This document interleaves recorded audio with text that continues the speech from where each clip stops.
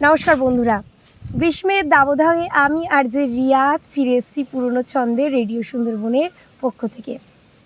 আজ আমার সাথে আছে এমন একজন মানুষ যে একদম দারিদ্রতা থেকে উঠে এসছে। দারিদ্রতা কি জিনিস, সেই জিনিসটা প্রত্যক্ষভাবে সাক্ষী বোধহয় তিনি, যিনি আজ আমার সাথে আছেন। কিন্তু সেখান থেকেও সেই দারিদ্রতার সাথে যুদ্ধ করেও জীবনকে কিভাবে একটা প্রতিষ্ঠিত জায়গায় নিয়ে যাওয়া যায় তার উদাহরণ বোধহয় আজকে আমার সাথে যিনি আছেন তিনি, আশা করি সবাই চেনেন। বাকিদা বলে আমরা সবাই তাকে চিনি এবং বিখ্যাত একজন ক্যারাটে মাস্টার বলে তাকে আমরা চিনি।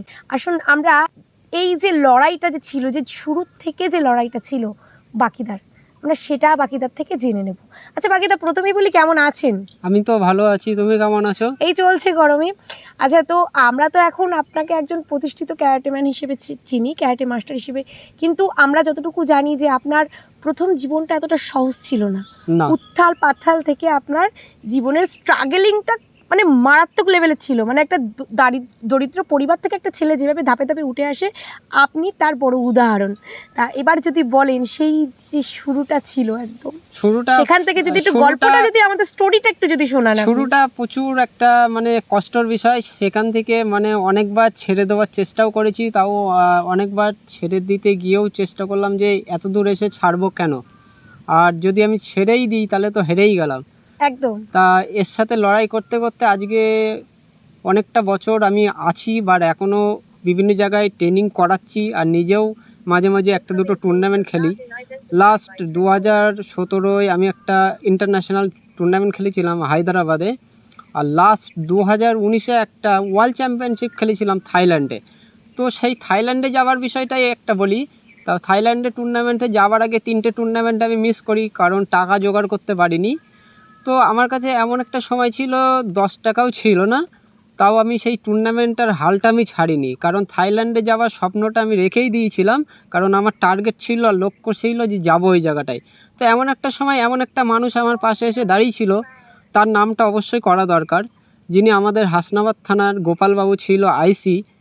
উনি আমাকে এমন একটা সময় প্রচুর পরিমাণে সাহায্য করেছিল। সে সময় আমি প্লেনের টিকিট পর্যন্ত কাটতে পারছিলাম না, উনি আমাকে সে সময় অনেকটা টাকা দিয়ে সাহায্য করেছিল।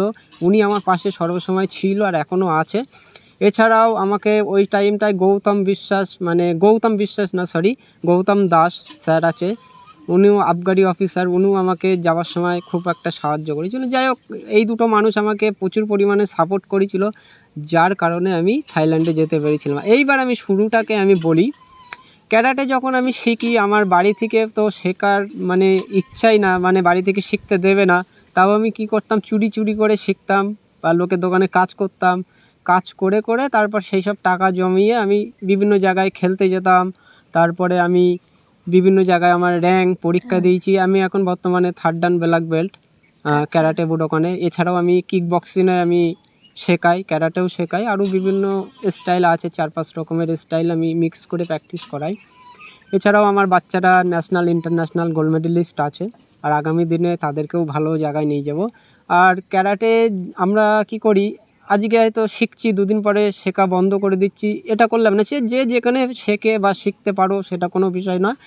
আর একটা ট্রেনারের কাজ হচ্ছে তার রাস্তাটাকে দেখিয়ে দেওয়া, তারপর যে ছাত্র থাকে তাকে হচ্ছে প্র্যাকটিস করে সেই জায়গাটায় পৌঁছানো। একটা ট্রেনার হচ্ছে শুধু বলে দেওয়া কাজ, আর একটা ট্রেনারকে দেখিয়ে দেওয়া কাজ। আমিও যেরকম আমার ছাত্রদের দেখিয়ে দেই বা করি, তারা যদি তাদের ইচ্ছা না থাকে তারা কখনো সেই জায়গাটায় পৌঁছাতে পারবে না।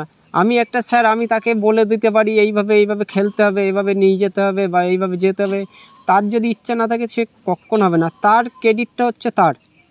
আর এই জায়গাটায় পৌঁছাতে গেলে তাকে আগে প্রচুর পরিমাণে প্র্যাকটিস করতে হবে, তার ব্রেনটাকে ফ্রেশ রাখতে হবে, চিন্তাভাবনাটাকে অন্যরকম রাখতে হবে, বন্ধুবান্ধব একটু কম করতে হবে, কারণ তার ধ্যানটা রাখতে হবে প্র্যাকটিসের মধ্যে। তাহলে বড় বড় টুর্নামেন্টে যেতে পারবে, ভালো ভালো জায়গায় খেলতে পারবে। এইভাবে সেই জায়গাটায় পৌঁছাতে হবে। তো পরিবারের বিরুদ্ধে গিয়ে ক্যারাটে শেখা এবং ক্যারাটে মাস্টার হওয়া, তো এখন যখন আজ আপনি একজন প্রতিষ্ঠিত ব্যক্তি, বাবা মায়ের প্রতিক্রিয়াটা ঠিক কেমন হয়? এখন বাবা মা তো মানে আমাকে নিয়ে প্রচুর পরিমাণে গর্ব করে, তার কারণ আমি হচ্ছে এখন একটা সেই জায়গাটা সফল পেয়েছি। আর আগামী দিনে এখন বিভিন্ন জায়গার মানুষ রাস্তায় আমি বার হলে যেরকম বাবা মাদেরকে সম্মান করে, সেই ক্ষেত্রে এখন তো মনে করবো আমি একটা সাকসেসফুল হয়েছি এই জায়গা থেকে। আর একটা নিজেকে মানে সুন্দর একটা মুহূর্ত, যে বাবা মা এখন এসে আমাকে বলে ঠিক আছে চালিয়ে যাও, এ করো, এখন মানে নিজেকে একটা অন্যরকম ফিল করতে পারি। দারিদ্রতা এবং বেকারত্ব দুজনকে সঙ্গী করে নিয়ে আজ এত দূর আপনি এসেছেন। তো এই দুজন যখন সঙ্গী ছিল সেই সময়টা কেমন ছিল? সেই সময়টায় তো মানে কি বলবো, মানে প্রচুর একটা মানে কষ্টর বিষয়। তারপরেও যেই মানে হালটা আমি ধরে রেখেছি, সেটাই হচ্ছে বড় ব্যাপার। পরবর্তীকালে শেষ প্রশ্ন রাখবো। আমরা কিন্তু খুব সুন্দর একটা শর্ট স্টোরি, বাট খুব সুন্দরভাবে বাকিদা আমাদেরকে শোনালেন তার জীবনের গল্প এবং কিভাবে শূন্য থেকে অর্থাৎ 0 থেকে 100-তে যাওয়া যায়, রাইট বাকিদা? সেটা কিন্তু বাকিদা বড় উদাহরণ হিসেবে আমাদেরকে তার লাইফ স্টোরিটা শোনালেন। তো বাকিদার থেকে আমি যেটা শেষ প্রশ্ন যেটা করব, যে যারা দারিদ্রতার কাছে অনেকে হার মেনে যায়, অনেকে বেকারত্বের কাছে হার মেনে যায়, তাদেরকে আপনি কি মোটিভেট করবেন? যদি কারোর মানে যদি মনে হয় যে ক্যারাটে মানে শিখবে, বা কারোর হয়তো মানে পয়সা নেই বা তার বাবা মা নেই বা শেখার ইচ্ছা আছে, যেটা আমি ফেস করেছি। এখনকার বাচ্চারা মানে বিভিন্ন মাস্টারের কাছে গেলে ক্যারাটে শেখার জন্য কী হয়, প্রথমে আগে পয়সা চাই, যে আমি শেখাবো তার জন্য পয়সা দরকার হয়।